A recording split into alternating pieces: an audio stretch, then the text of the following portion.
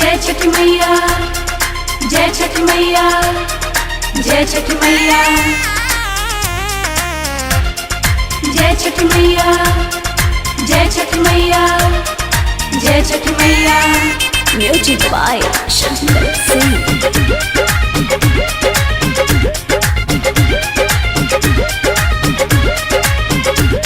मैया के महिमा भारी, हम पहनब पीरी साड़ी।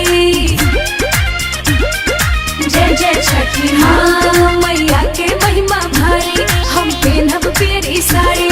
सबही के श्रद्धा पूरे, छठी माई के दुआरी।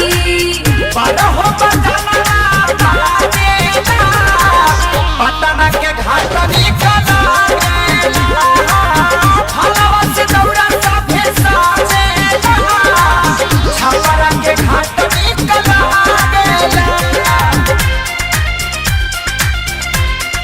जय छठ माँ,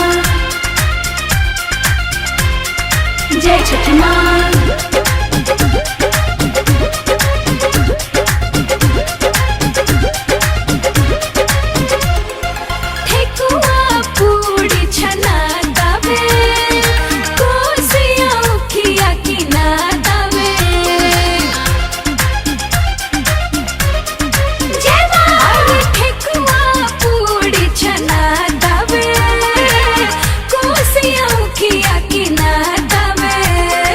जगमग दियरी चारी सुहावन बारेरा, स्वर्ग से सुंदर लागे छठी मैया जी के घाट। घाटी सब ही जाके तन मन से पूजा करे, पहला और दे के सभे आई अपना घरे।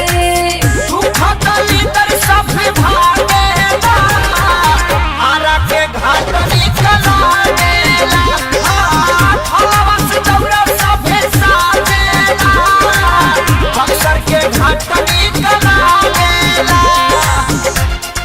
जय छठ मैया, जय छठ मैया, जय छठ मैया।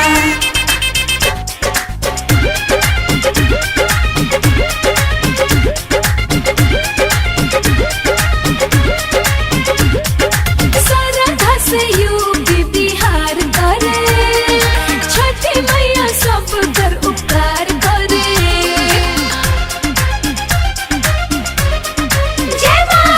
श्रद्धा से यूपी बिहार करे, छठी मैया सब कर उपकार करे।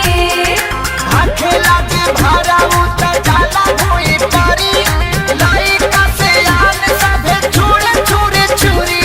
प्रियंका महिमा गावे, आदित्य से आशीष पावे, छठ घाटे सभे जाके अपन सिरवा नवावे।